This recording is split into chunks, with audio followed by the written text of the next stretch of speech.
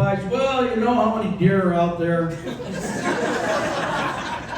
I hit 2 in 1 week while driving the stones. I'm not going to drive an expensive car. A side note with this, that minivan used to have a lot of soft, flat tires. Though I heard, rumor had it, that Mark Trace might have had something to do with those tires. Time goes on and Bob calls me up again. Hey, Ed, are you busy? Another test. Yes, Bob, I am. Meet me out front. Okay. I go out front, he says, walk with me. So we walk across the street like we're going to the conference center. And we stop. Bob says, look at that. And he points to a new car. He says, that is my new car. No way! No way! You bought a new car. And he replies, yeah. I go, wow, Bob, nice job, nice car. A few days later again, hey, Ed, are you busy? I said, no, Bob, I'm not. Good. He says, meet me out front. So I go out front. Walk with me. We go across the street, we stop. He says, look. I look. Oh my God. This car's all dented up. Bob, what happened? I hit a deer. A deer in town, he said. I've had that car 6 days. Now you know why I don't drive a nice car. I couldn't say anything. Point taken. So to go along with that,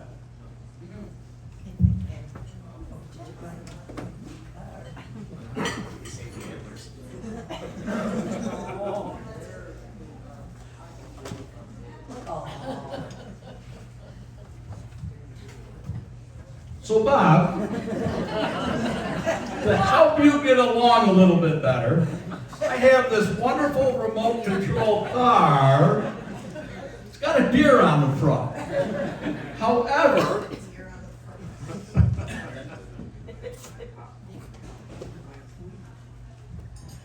the deer is Velcroed on. So you can practice with this deer anywhere, swerving around so you know how to miss a deer. The car steers, and it's got forward and reverse. You should not have any problems. And if you do hit the deer, it's only Velcroed on, Bob. You're not going to do any damage there. So enjoy this. You betcha, Eddie. I'm not done. I'm not done. Nice. Time goes on. And once again, nice way it works, huh? Bob calls me. You busy? Always, Bob, always. Meet me out front with your car. I do. He says, let's go for a ride. He gives me directions, and we stop on top of a small hill. I had no idea what the hell we were. An open field in front of us. He takes his arms and swings it around. This is mine. I own this. When I retire, I'm going to have a house here. I'm going to mow my lawn, and I'm going to drink beer. And I thought to myself, good for you, Bob. Good for you.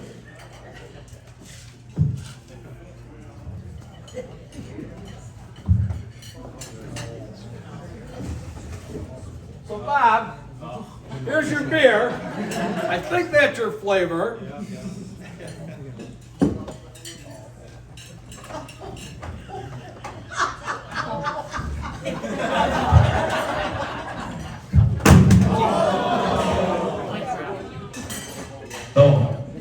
So Bob always told me that at the beginning of the year, he'd go see Johnny Walker, buy himself a cheap bridal lawnmower, make $100, And at the end of the year, he'd take it back and give it back to me. He never had a new lawnmower. Bob, I got you a new lawnmower. And what's nice about this one, little bottle right here, you pour it in like fuel, and you push it, and bubbles come out and keep the mosquitoes away, so you're not interrupted drinking your beer. It works wonderfully. Oh my gosh. I'm not done.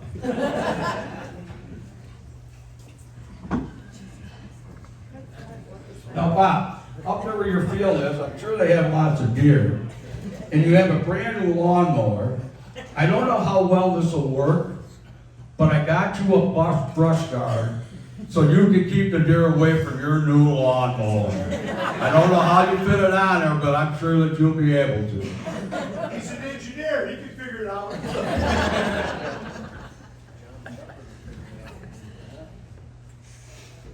Okay, speaking of mowing, we've decided that you're going to be retired and you're going to need something to keep you busy. So, some of us have got together and we've created a company.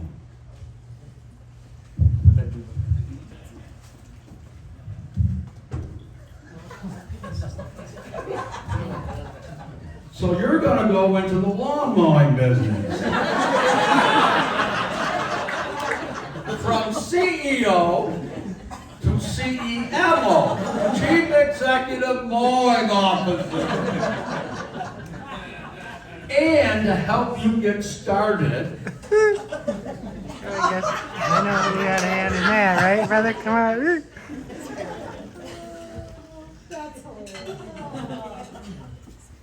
we put everybody that's here's name in a hat, and we pulled a couple winners out.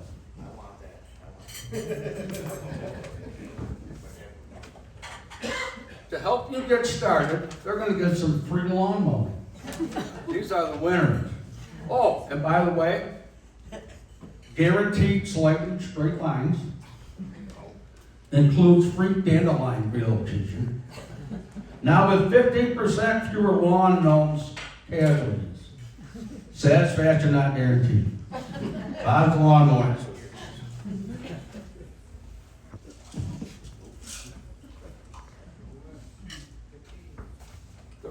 The first winner, Mary Lee Walker.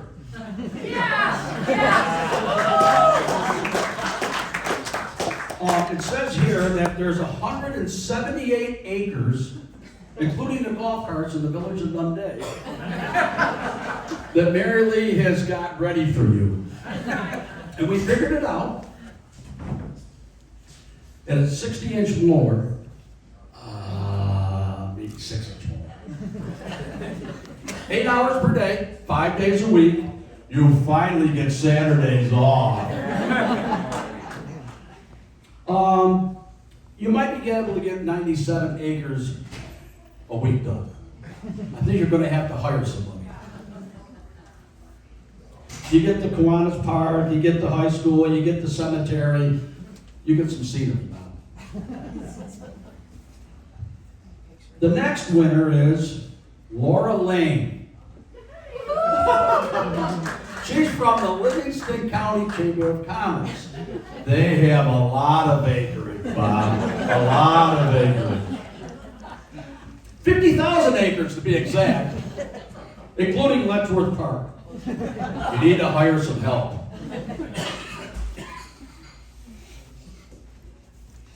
Fun.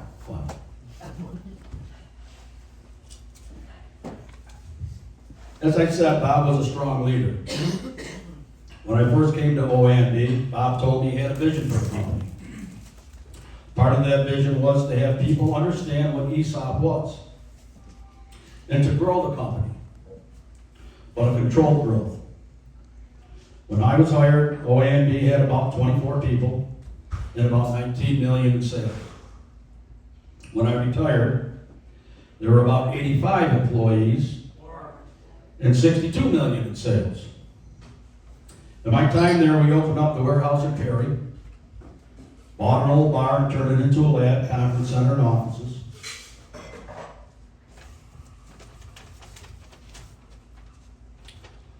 Put in a new modern seed line, acquired land and built a new peanut butter only facility, installed a process to ensure safe, efficient, and absolute kill step for cashews. Bob was a dedicated leader without it being about him.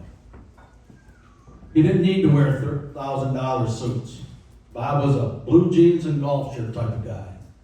Mountain Dew and chips for lunch while he worked through his lunch. Frugal without being cheap. Thrifty without being stingy. Bob was a teacher. He taught me about the food industry. He taught me patience. He taught me to control my emotions and not to knee-jerk for answers or solutions. When I messed up, I went and told Bob. He would ask, did I do it on purpose? I would say no. He then would ask, do I have a solution to fix it? Yes. Then he would say, then what are you doing here? Go fix it. If I said, no, I don't have a solution, he would respond, well, let's sit here and figure out a solution. He taught me that patience. Bob was a friend. I could sit and talk with Bob about almost anything, personal, professional. He would critique, but never criticize. He would not judge you or tell you what to do. He would give you ideas or suggestions and help guide you, a true friend. He would sit, we'd have a couple beers, and not talk shop. But he would talk about the Reds and the Dolphins. Well, he couldn't always be perfect. So I want to say that I was thankful, happy, glad, lucky, that when I was hired at LYNB, Bob gave me the opportunity to finish my professional career, to retire in a position to enjoy life, and to take care of my family. So if you all would please, raise a glass to you, Bob. Thank you for all you did for me and OANB. I hope you enjoy your well-deserved retirement. Salute to you, sir.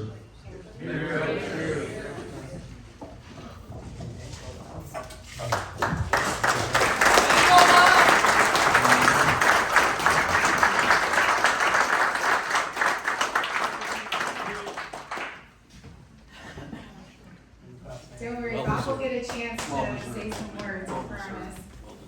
I don't want to get between anybody and dessert. So they have some beautiful desserts over there, so please help yourself and get a dessert.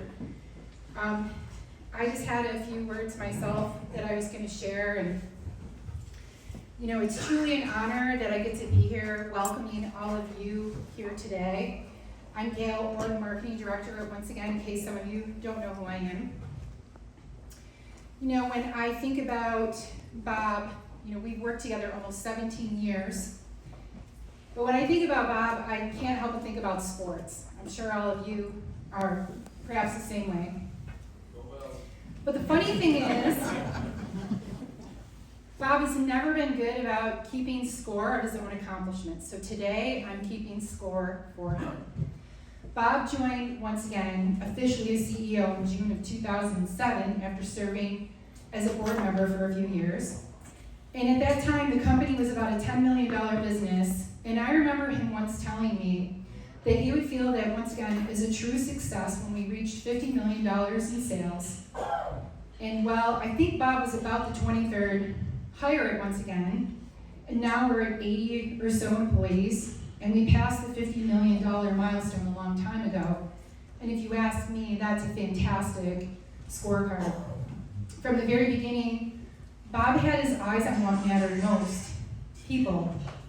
And when he first joined the board, he noticed that the ESOP retirement plan wasn't positioned to take care of the employees, not for long term.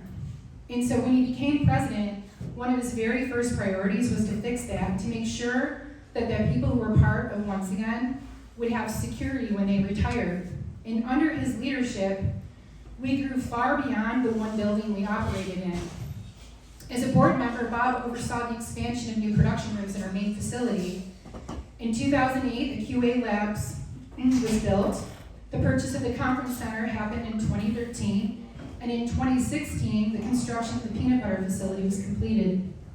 Most recently, Bob helped our company expand into Boulder, Colorado, and last year, Bob oversaw the procurement of the Turlock, California almond plant and the soon-to-be sunflower facility in Nunde.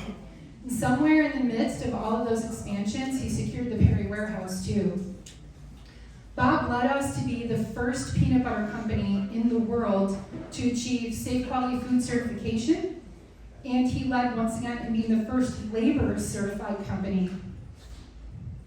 You know, Bob never rested on good enough. He's always pushed for better. But what I admire most is how Bob's invested in the people here once again. He's promoted within. He's given opportunities to people such as Jake and Brandon, Ben, Ryan, Kimmy, and CJ, who started in production and moved into leadership positions. And there are other people too in whom he's invested, too many to mention. He sees people's potentials and their talent, and he's always helped his coworkers to grow. He's always given credit to the team around him, and he's led with a participative management style. In fact, Bob created a governance decision-making system that gave employees a real role in shaping the direction of the company, and Bob made sure that our ESOP mattered and that our voices were heard. Bob is someone who leads with emotional intelligence. He listens, he waits before judging, he gives people the benefit of the doubt, he trusts people, even when that always wasn't reciprocated. One moment that stands out for me is something that happened only a couple of months after I was hired. I was on a trip to Nicaragua with Lloyd Kerwin and Bob, and we saw this brand new manufacturing facility. It was just ginormous. And an American company had started this business there and had left. And that had left hundreds of people without jobs. And those families fell into extreme poverty. And I watched Bob fall completely silent. And he was quiet for several hours.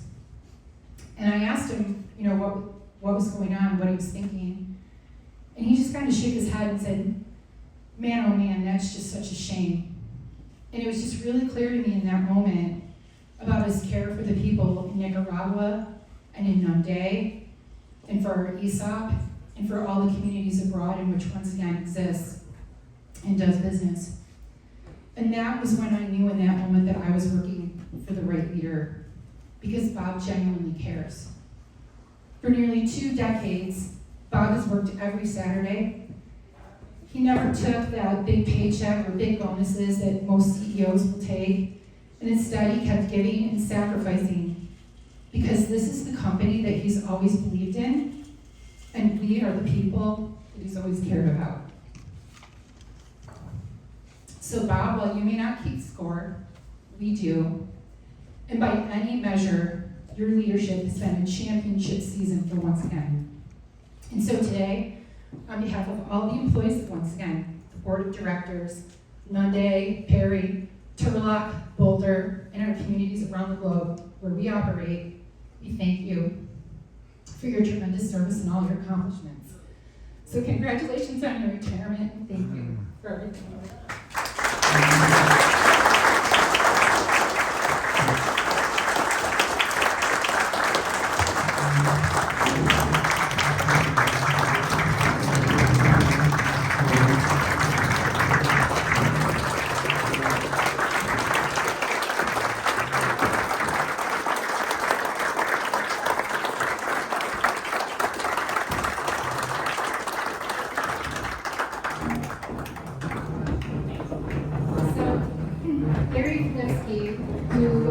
In spite of what he says, he did not get a hold of one today, but close to it, right, Larry? He's just got a few words to say. He's worked with Bob, and he was our former CFO, so we'll let him start and say a few words. And don't trip over Bob's beer. I'll try not to. Thank you, Gail. Most of you know me, a few of you don't. I was called a couple weeks ago by Chad, and he said, hey, Bob's retirement party, can you say a few words? Yeah, right, I guess I can, but what am I gonna say? Well, I knew that Ed was going to come up here and tell a bunch of funny stories about Bob. And I knew that Gail was gonna come up here and extol the virtues of Bob. And I said, well, what can I do? I can't tell any more funny stories Ed got him. I can't tell all the good stuff because Gail's got it. I don't know what I'm gonna do. So Gail called me about a week ago and said, what are you gonna do? I said, I'm gonna wing it. He said, you can't wing it, you gotta write stuff down. So I wrote some stuff down. But Is it in Chad's back? But most of you know me. You know that I can't go anywhere without starting with a dad joke. All right. And a couple of you guys heard this earlier today, but you know we had chicken cordon bleu today. And I did give the club here a little bit of a hard time because I said the chicken cordon bleu, the dinnerware should be chrome plated. And they said, why is that? I said, because there's no plate like chrome for the holidays.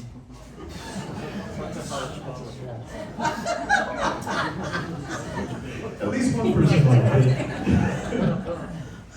Yes, I know it's a dad joke. You know how you can tell it's a dad joke? It's a parent. So anyway, Bob and I met back in 1999. Bob was working as an engineer at Stone Construction Equipment. You've heard that before. And I was hired there as the vice president of finance. And I didn't know Bob well. He was an engineer. He was on the other side of the building. I didn't talk to him much. He didn't talk to us much. But twice a year, I had to go and give Bob a hard time because he was in charge of the software that the engineers used for design. It was called Pro Engineering. It was a three-dimensional software. And twice a year, I got the bill to pay, and it was high. And I'd go and I'd yell at Bob, you know, what are you doing with all this expensive software? And he would say, well, what do you want us to do? Go back to drafting boards and stuff? So he approved the bill, and I had to pay it, and I wasn't real happy about it, but I did it all the time. Well, fast forward to 2013, Stone Construction Equipment didn't make it through the Great Recession. They shut down. Bob, of course, had long left, and he is working at, once again, Nut Butter. I am now out of a job, and I'm in my 50s, and I'm like, what am I going to do? I get a call from a agency that is a temporary CFO type agency, and they say, we've got this job, it's down in Nunde, and nobody wants to take it, because it's down in Nunde. And I said, what is it, once again, Nut Butter? And he says, how did you know that? I said, well, that's the only thing I know of at Nunde. Is there anything else there? Needless to say, I took the job. Bob was very, very surprised to find me there. And we kind of got together. And again, we weren't friends at that point in time, but we became friends very quickly because we knew each other from Stone. So one of the first things I did, I said, wait a minute, this accounting software that we're using, it's just not very good. We got to improve. We got to get better accounting software. And Bob, we really need to spend some money on this better accounting software. And he said, you used to come to my desk twice a year and yell at me about how much I was spending on software. We're not doing anything. Make this accounting software work. Which I continued to do until I finally retired in 2022. And we hired Chad Donovan. And the first thing that Chad said is, we got to get new accounting software. And Bob said, okay.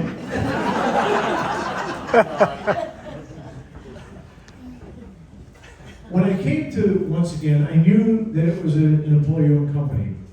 And again, I was at Stone Construction Equipment, as was Ed and Bob, and that didn't end well.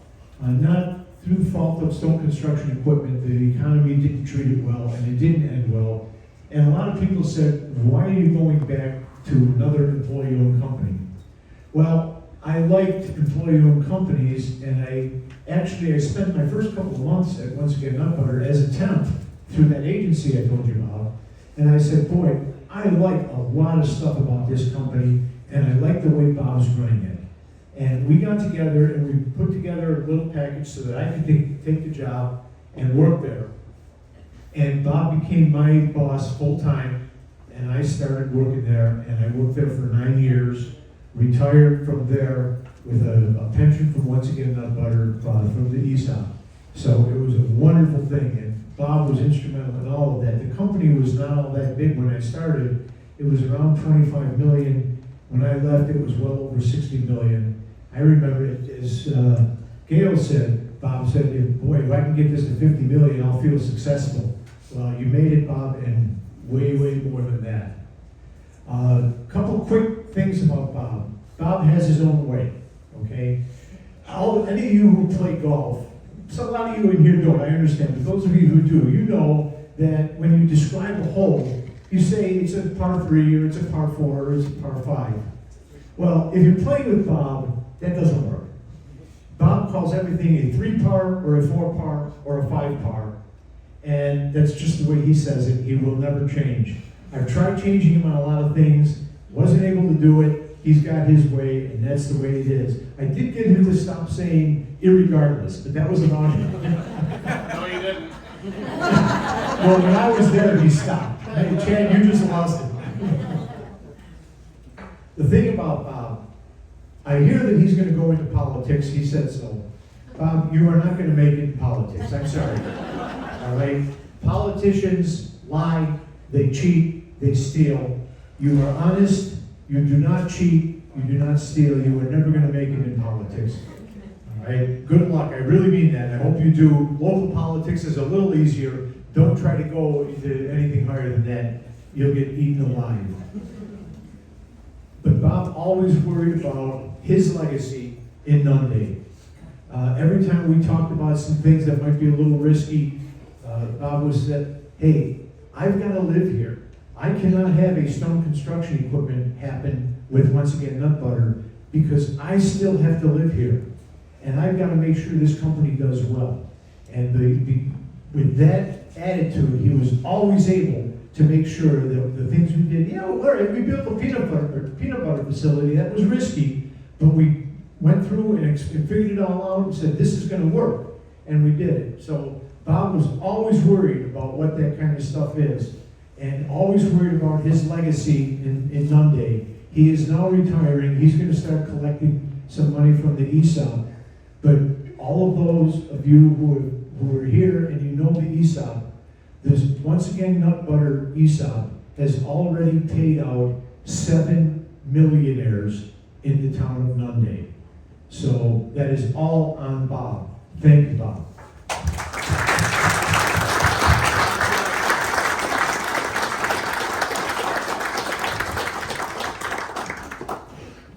Thanks, Larry. Bob, I'm going to need you to clean up your toys. So, Chad Donovan, can you come forward? Bob, come up here too, because we have a gift for you.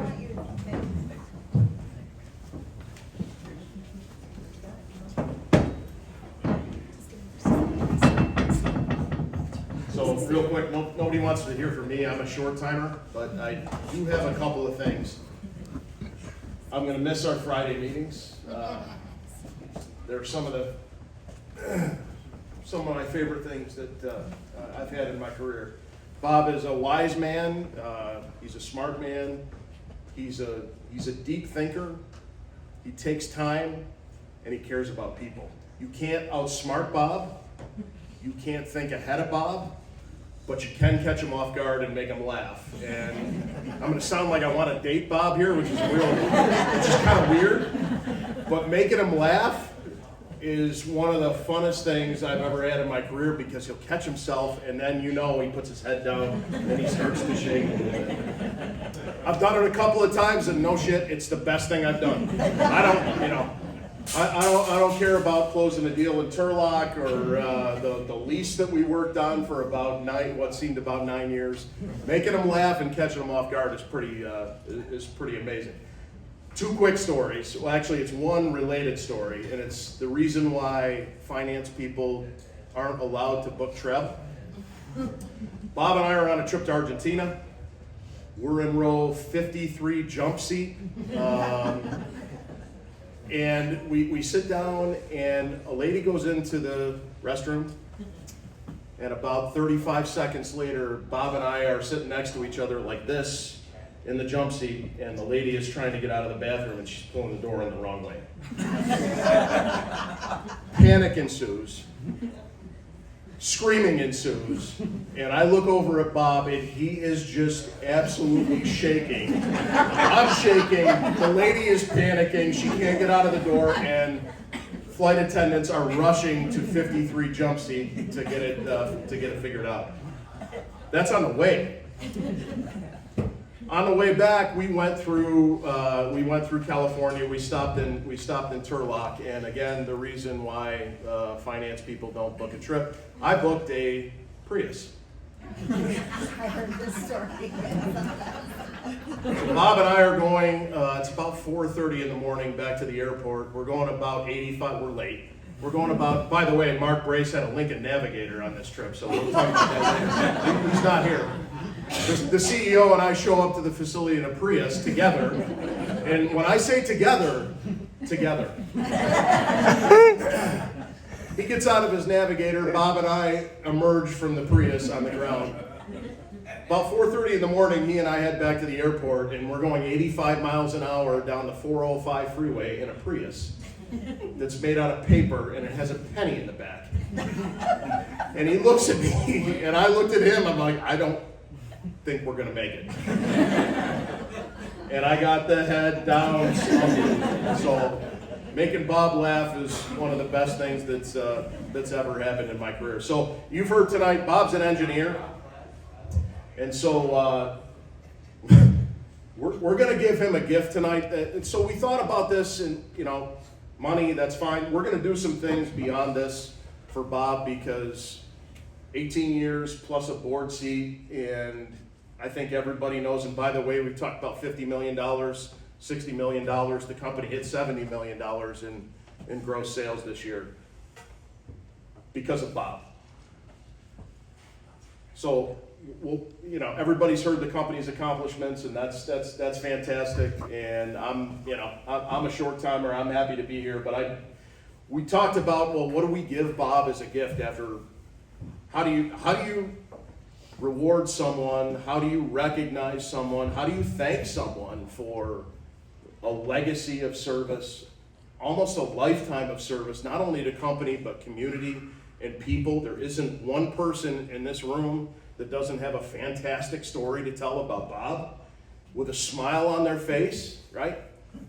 And so the best thing we thought we could do for Bob as an engineer is basically give him a gift that's equivalent to something from IKEA. Good luck building it. I have no idea. Today we were talking about how the hell we do this. I don't know how to put it together. So Bob owns somewhere between 20 and 9 million acres outside of Dalton or Hunt or whatever his new political constituency will be. And from what I gather, he wants to put in a 730-yard dogleg right. It better be dogleg right, because I've seen your golf game. You can't hit it. If it's not dogleg right, I don't know what to tell you. So we want to have a lasting memory with Bob as he plays golf into his twilight years, which he's earned, he's deserved. And so we thought, we put our heads together and we said, well, how do we do this? How do we put together something meaningful? And so we came up with the idea of making a once again sign for a hole that you will eventually design yourself, and you will always remember the company, the people, the contributions that you've made to everyone in this room, and they will remember you. And there's about 19 gift certificates in a box that go with this. And again, Kristen can tell you how to. I don't know how to do it. I got you, Bob. We talked about doing a sign that was smaller or larger, and I said, well, I have no idea what the size of the hole that Bob is going to create. Again, I've seen his golf swing. It could be 30 acres on a hole by itself. And so we better make it something that he can see from wherever the hell he winds up being on this hole. So there's a washcloth on top of it and some sort of a bed sheet, so it's,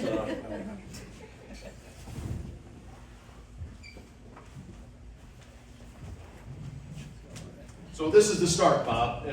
It's a once again design. You got Rocky in the corner, and we don't know what you want to do with it, but we've put it together so that you can design it the way that you want it. And Nunde Lumber chipped in, and Charlie Wilkins is here somewhere. There he is, waving his hand back there. And other people have chipped in for the design. And however you want to make this work, but this is going to be a lasting legacy from the company to you, because there's no other way to say thank you. You can't write a check for it. You can't. There's no other way to describe how much you mean to the people in this room, to me. And I've only been here 3 years, and I'm really going to miss the 8:30 meetings on Friday, because it's been incredible. Thank you. All the best.